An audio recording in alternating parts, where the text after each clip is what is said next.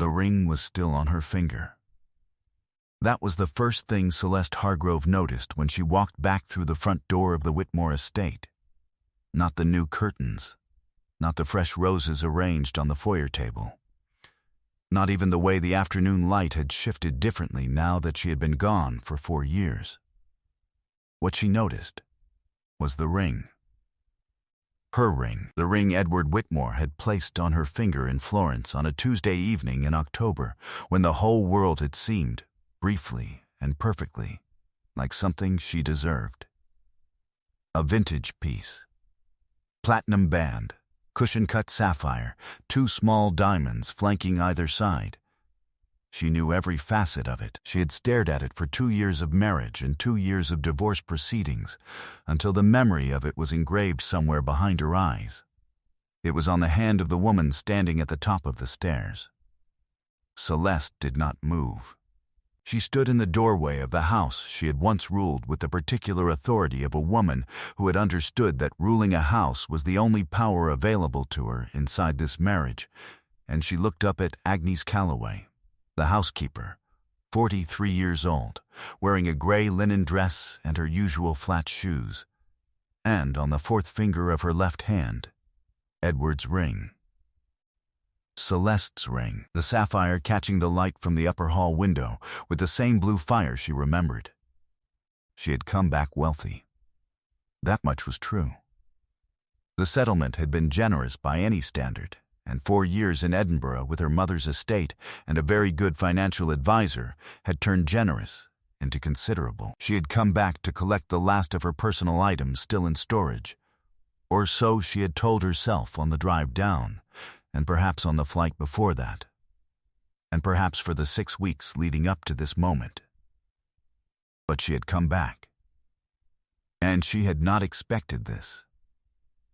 Nobody in that house had expected what came next either. Edward Whitmore had built the Whitmore Group from a single logistics firm inherited from his father into something that now occupied 4 floors of a downtown tower and employed over 900 people. He was 51 years old, gray at the temples, with a kind of bearing that came not from arrogance, but from spending so long being the tallest person in every room that straightness had become muscle memory.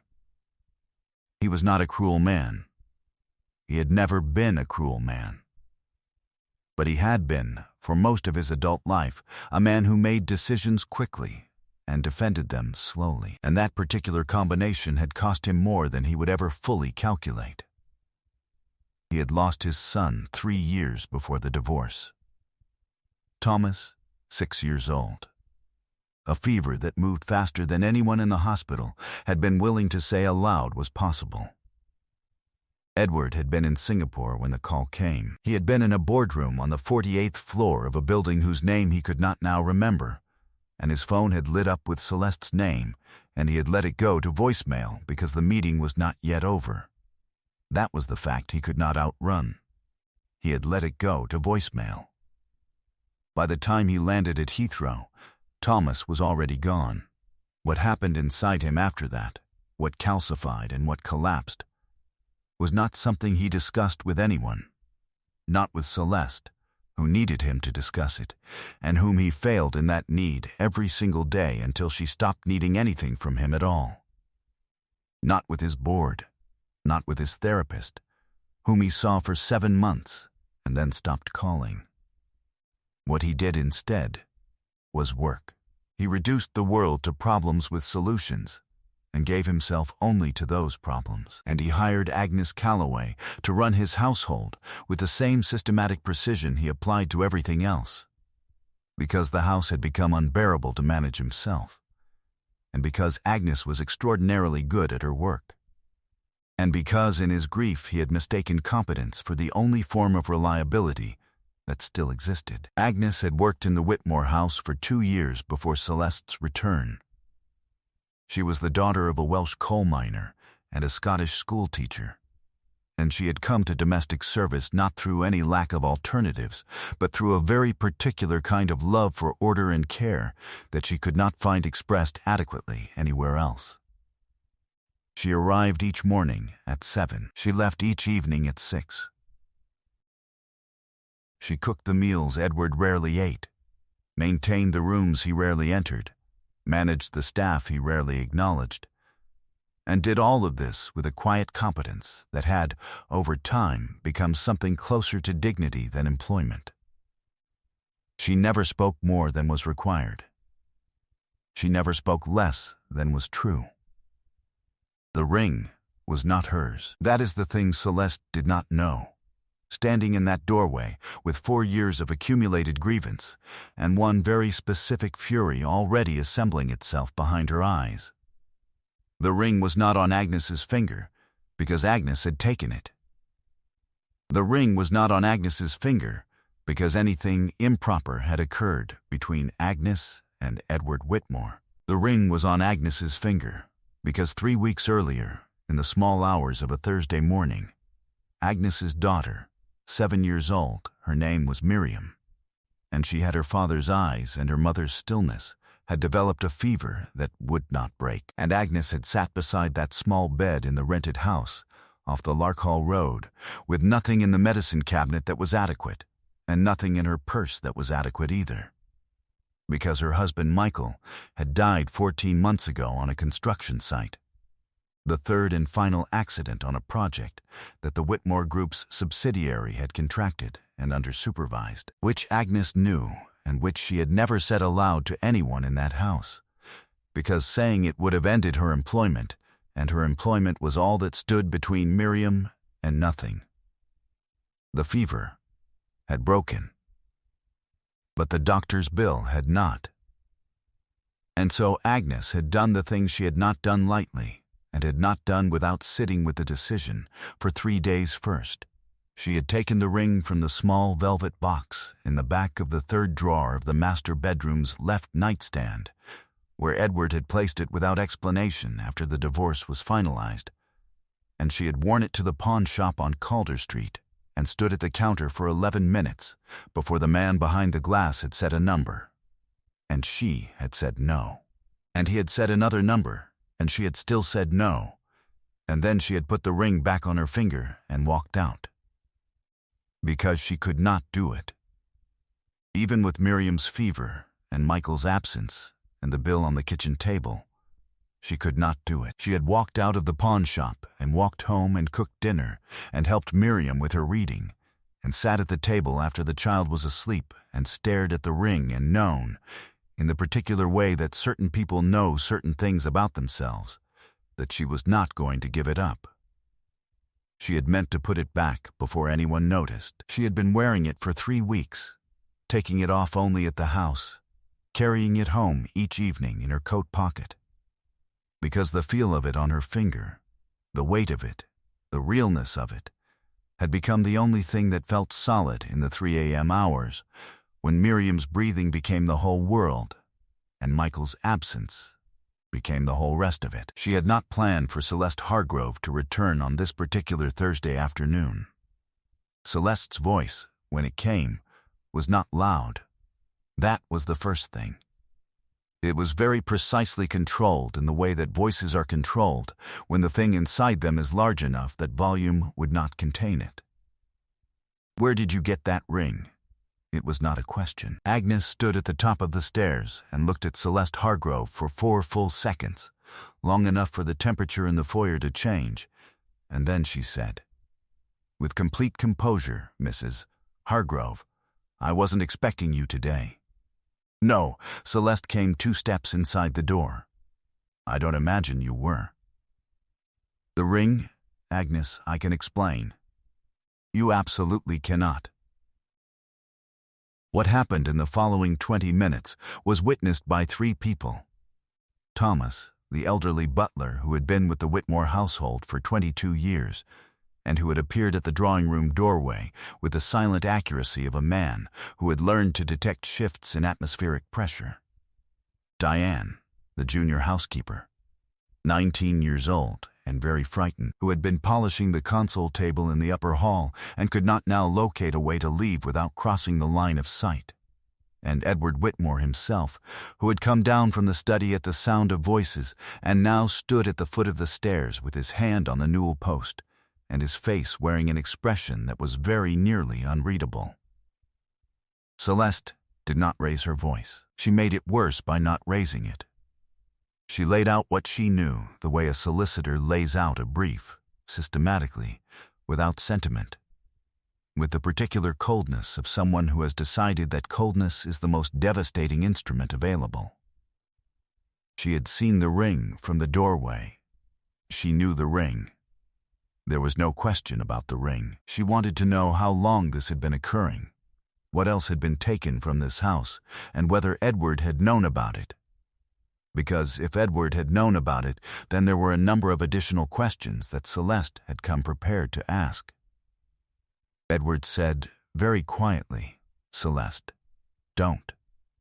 I wasn't aware. I want to hear from her." Agnes stood at the top of the stairs throughout all of this, without moving. Her hands were at her sides. Her face did not change. She met Celeste's eyes, and she did not look away, and she did not explain herself, and she did not beg. And the effect of this, the absolute refusal to break, was the thing that made Celeste's voice sharpen from cold to something else entirely. "Do you understand what you've done? That ring is worth more than you'll earn in 3 years in this position. Do you understand that? Do you have any idea what I could?" Agnes said. "Yes, Mrs. Hargrove, just that."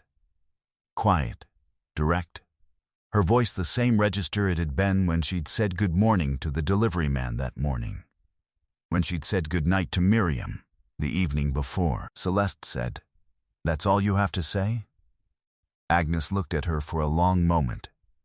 Then she said, "You can call whoever you need to call, Mrs. Hargrove. The ring is on my finger and I haven't given you a reason for it. I understand what that looks like from where you're standing, but I want to say one thing, if I may." She paused. "What you're seeing is not what you think it is. And if you have me arrested tonight without asking a single question first, that will be the truest thing that has ever been said about this house." Celeste stared at her. Thomas, at the drawing room doorway, closed his eyes briefly and then opened them again. Edward said nothing. He stood at the foot of the stairs and looked at Agnes, and something moved behind his expression that he could not have named if asked, and did not try to name. Celeste said, "I want her out. Tonight, and I want the police called." Edward said, "She's not being arrested without cause. The ring is cause. The ring is my property, Celeste. It was left in my home. If I want to pursue this, I'll pursue it, and if I don't, I won't. That is exactly the kind of statement. I'll look into it." The words landed with a finality that surprised even him. Celeste looked at him for a long moment, that particular look she had perfected over 2 years of marriage and 2 more of litigation, the one that said she had already factored his response into her calculations and found it unsurprising. And then she said, with great precision, "Fine, look into it," and walked back to the door.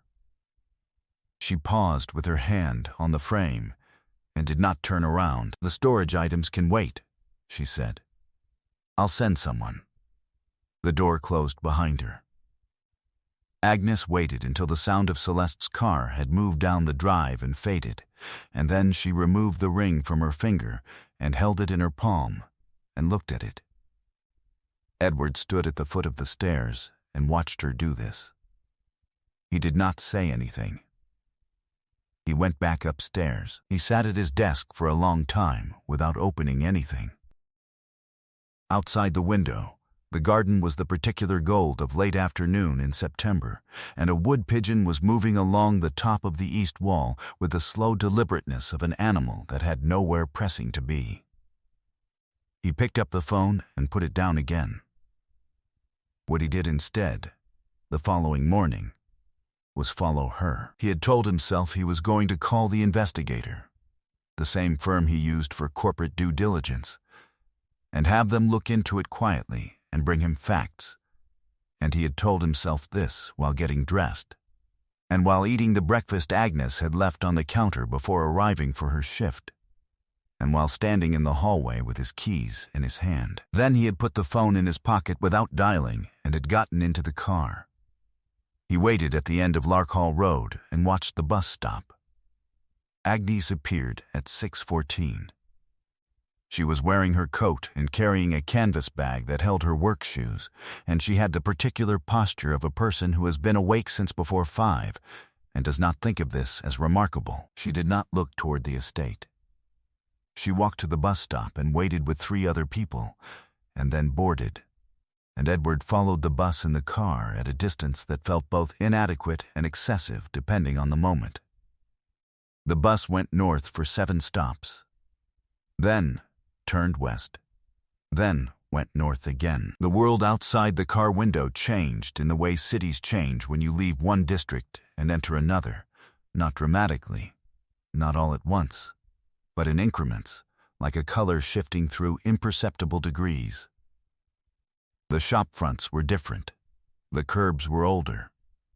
The trees that lined the road became fewer and then absent, and the spaces between buildings opened up into car parks, and then a stretch of waste ground where something had been demolished and not yet replaced, and then a turning where the road surface changed from tarmac to something rougher, and then a street of terraced houses where every front garden held the evidence of a family operating under serious pressure.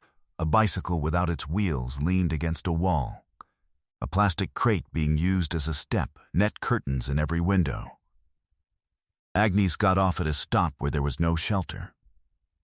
Edward parked 50 meters back and watched her turn left at a low iron gate and go up a path to the door of a terraced house at the end of the row. Number 14. The front step had been recently scrubbed, a pot of geraniums beside the door, the only geraniums on the street, startlingly red against the gray brick, and a door handle that had been polished until it reflected the morning sky.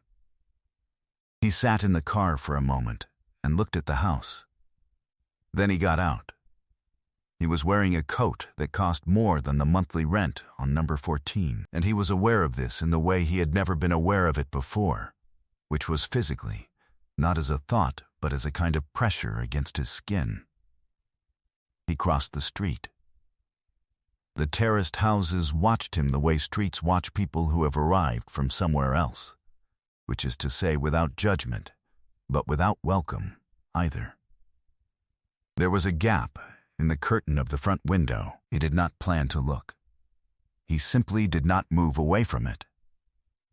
The room inside was small, a sofa with a blanket folded over the back, a table with chairs that did not match, a small bookshelf with children's books arranged by size with the particular obsessive neatness of a child who has been told to keep things tidy and has taken the instruction to heart, a drawing pinned to the wall, a house, a sun, a figure with too many fingers and the word Mum written in red crayon above it. He heard her before he saw her.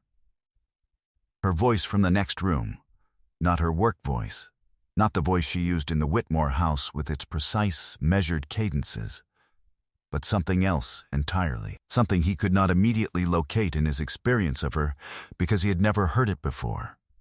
Warm, easy, low, the voice of someone who has come home.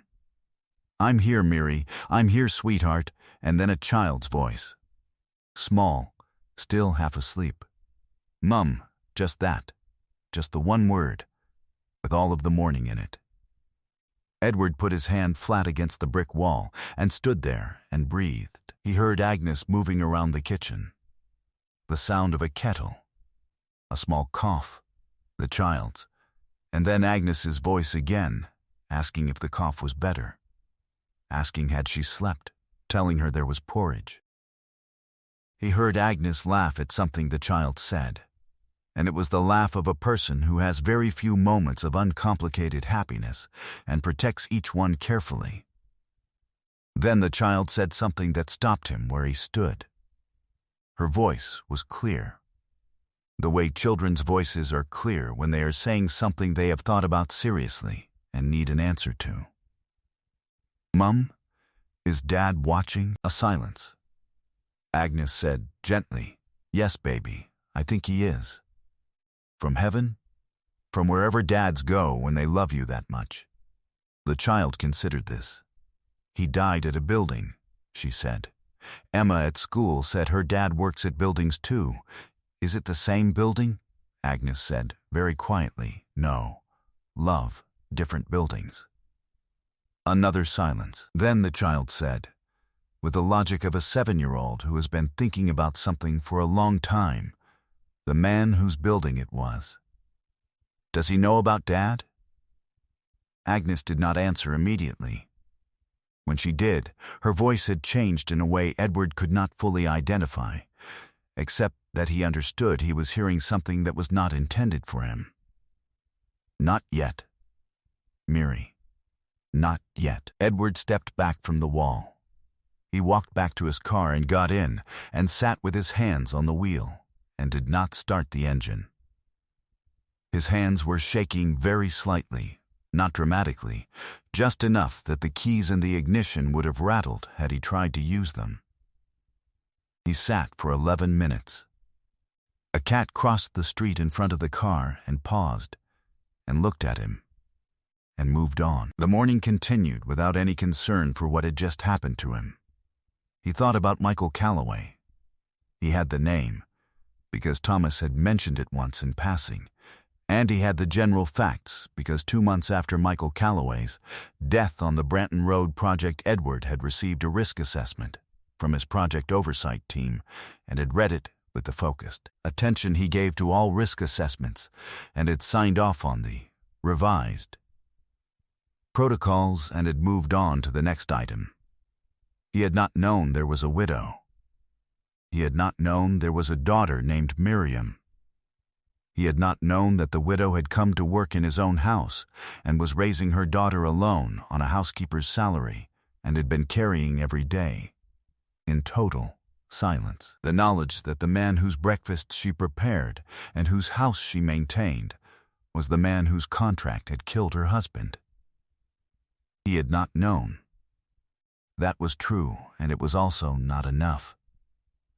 He started the engine. Eventually, he drove back through the city, through those same incremental shifts, rough road to tarmac, absent trees to present ones, pot of geraniums to none, and he arrived at the Whitmore Group offices and took the lift to the 32nd floor and stood in his own boardroom for a long time, looking out at the city below him and thinking about what a man does with knowledge he cannot give back. He called his project director at 9:15. He called the firm's legal team at 9:40. He called his head of corporate risk at 10 and told her he wanted a full review of every fatality and serious injury on Whitmore contracted sites in the last 5 years, with specific attention to dependents, with full records, and he wanted it before the end of the week. She asked if something specific had prompted this. He said yes. He did not say what. At 11:30, Marcus Webb, the Branton Road project manager, who had signed off on the scaffolding inspection report 3 days before Michael Calloway's fall, the same report that a subsequent inquest had found to contain irregularities, the same irregularities that had been quietly attributed to contractor error without ever examining the chain of authorization that ran through Marcus Webb's desk. Marcus Webb appeared at the boardroom door with a folder and the particular expression of a man who has just learned something is being looked into and is calculating very quickly. Edward looked at him for a long moment. "Shut the door," he said. What followed took 40 minutes and was witnessed by the firm's head of legal and the risk director and Edward's personal assistant, who had been summoned without being told why, and who sat very still throughout. Marcus Webb had been with the company for 11 years. He had, over those 11 years, built a very effective set of relationships and a very effective set of protections. And he had also, on the Branton Road project, made a decision to pass an inspection report that should not have passed, and then made another decision about how to document that decision. and then made a series of smaller decisions about how to manage the aftermath, none of which had risen to Edward's level because Marcus Webb had been very careful about what rose to Edward's level. Edward laid it out. All of it. He had spent the morning pulling the files himself, which was not something he normally did, and the effectiveness of him having done it personally, rather than through a deputy, was visible on Marcus Webb's face from the first sentence. Marcus Webb said, at one point, that he could explain. Edward said, "You can save the explanation for the inquest review board." Then he said, "You're done here. Security will walk you out." Marcus Webb looked at him with something that might have been intended as wounded dignity and was received as confirmation. He was walked out through the open-plan floor, past 37 people who looked up from their screens and then looked away again in the way that witnesses look away when something uncomfortable is happening that they will later need to remember very precisely. That evening, Edward drove to Larkhall Road. He parked at the end of the street and walked to number 14 and knocked on the door. It was 6:40. Agnes answered, still in her work shoes, which she had not yet changed, and behind her he could see the kitchen light on and hear the television and hear Miriam's voice from somewhere inside saying something to no one in particular. Agnes looked at him without alarm or warmth. She simply waited. He said, "I want to speak with you, if you'll allow it. Not as your employer, just as a man who owes you something he doesn't know how to begin repaying." She looked at him for a long time. Then she stood back from the door and let him in. Miriam came to the kitchen doorway in her socks and looked at him with the frank assessment of a 7-year-old encountering a large man in an expensive coat in her kitchen. She said, "Are you Mum's boss?" He said, "Yes." She said, "Mum says you're sad." Agnes said, "Miriam, she does," Miriam said without any malice, as though it were simply a fact that deserved to be on the table. "She says you lost someone too." Edward said nothing for a moment. Then he said, "That's right. I did." "A little boy?" "Yes." Miriam considered this with her head slightly to one side. She said, "His name was Thomas. Mum told me. I said a prayer for him at school." She thought about it. "I say one for my dad, too. Sometimes I say both at the same time, so they're together." The room was very quiet. Outside, a car passed. Inside, the television continued with something that required no attention. Edward sat down at the kitchen table. Agnes had nodded toward a chair, and he stayed there for an hour and a half. He told Agnes what he had found. He told her about Marcus Webb.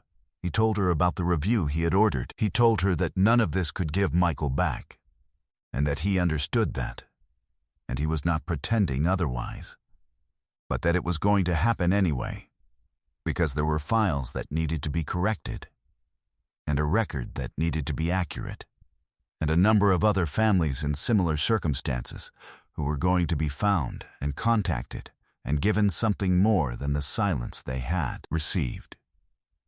Agnes listened to all of this without speaking. She had her hands flat on the table in front of her in the same posture she had on the stairs the day before, and her face had the stillness of a person who is receiving large things carefully, making sure nothing spills. When he finished, she said, "Why did you follow me?" He said, "Because I wasn't ready to give you an answer you deserved without knowing what I was answering." She looked at him. "And the ring?" He was quiet for a moment. Then he said, "Keep it." He paused. "No, that's not right either." He thought about it. "I'd like to take it back, if you'll let me. And I'd like you to have something that is actually yours. Not a transaction. Not charity. I'd like to offer you a position. Director of the new worker welfare program we're establishing. It's a real position. There's a contract. There will be other people in that program. It needs someone who understands what it means to not be heard. I'd like that person to be you." Agnes said nothing for a moment. Then she said, "You realize I haven't given you notice." He said, "I know. And Miriam's school is here. I know that too." She said, "I'll think about it." He nodded. He got up from the table. He was putting on his coat when Miriam appeared again from the hallway in pajamas, apparently having undergone a very quick transformation between the kitchen and bed, and said, without preamble, "Will you come back?" He looked at her. She looked back at him with her father's patience and her mother's steadiness. He said, "If your mother says it's all right." Miriam looked at Agnes. Agnes looked at Miriam. Something passed between them that was entirely private. Miriam said, "Okay then," and went to bed. 3 weeks later, in the presence of the company's full board and a representative from the Construction Workers' Trade Association and a journalist from the regional paper who had been covering the original inquest and had received, anonymously, a package of documents that had not previously been in the public record, Edward Whitmore announced the Michael Calloway Worker Safety Fund. Named after him specifically. Endowed with enough capital to fund independent safety audits across every Whitmore contracted site for the next 20 years, and to provide immediate financial support to dependents of workers injured or killed on those sites. The journalist asked if he had anything to add. He said he did not, and then he said, after a pause, that he wanted it on record that the person responsible for bringing this to his attention was Agnes Calloway, who had done so not through documents or complaints or formal processes, but by simply continuing to work with integrity in the face of every reason not to, and that this was a form of courage he had not previously known how to recognize. Celeste Hargrove read about it online in Edinburgh on a Sunday morning in October. She read it twice. Then she put her phone down and looked out of the window at the Edinburgh sky, which was the particular gray of a day that cannot decide what it wants to be, and she sat with it for a long time. The ring went into the estate's archive. A note was attached in Edward's handwriting that said only, "Sapphire ring, vintage, platinum, provenance EW, / return to family, / no further action." On the evening of the announcement, Agnes made dinner at number 14, and Edward came, as he had come on 4 previous Sundays, and Miriam sat across from him at the mismatched table and told him about the project she was doing in school about rivers, and demanded to know which river was his favorite. And he said he didn't have one. And she said that was not an acceptable answer. Everyone had to have a favorite river, and he thought about it seriously for longer than one usually thinks about rivers, and eventually said the why, because he had walked along it once with Thomas on a spring morning when the water was very clear, and Thomas had found a stone that he said looked like a face. Miriam said, "That's a good one." She reached across and patted his hand once, with the matter-of-fact comfort of a child who has decided someone is welcome at her table and is making that official. Outside the window of number 14, the geraniums were still there in their pot, red as anything, stubborn as anything, holding the last of the season's warmth in their petals, while the street around them prepared for autumn. A wind came through and moved the curtain at the open window, and for a single moment the candle Agnes had lit for Michael shifted and steadied and burned very clear. Agnes saw it. She did not say anything. She looked at it for a moment, the way a person looks at something that was meant for them alone. And then she turned back to the table, where the food was getting cold, and Miriam was explaining in great detail why the Thames was an inferior choice. And the evening continued, warm and ordinary and whole. If you have ever worked faithfully for someone who looked through you instead of at you, if you have ever carried something too heavy to name in too quiet a way to be noticed, then you know what Agnes Calloway carried into that house every morning for 2 years, and what she carried out of it every evening. You know what it costs to stand on a staircase and not break, when every instrument in the room is tuned to make you break. And you know that the rings we wear are never only jewelry. They are the things we hold when everything else has been taken. The proof that someone loved us, that someone needs us, that we are not. Whatever the room may believe in this particular moment, nothing. What we carry out of the hardest places we have ever been is never what anyone watching would think to look for, and it is always, always more than it appears.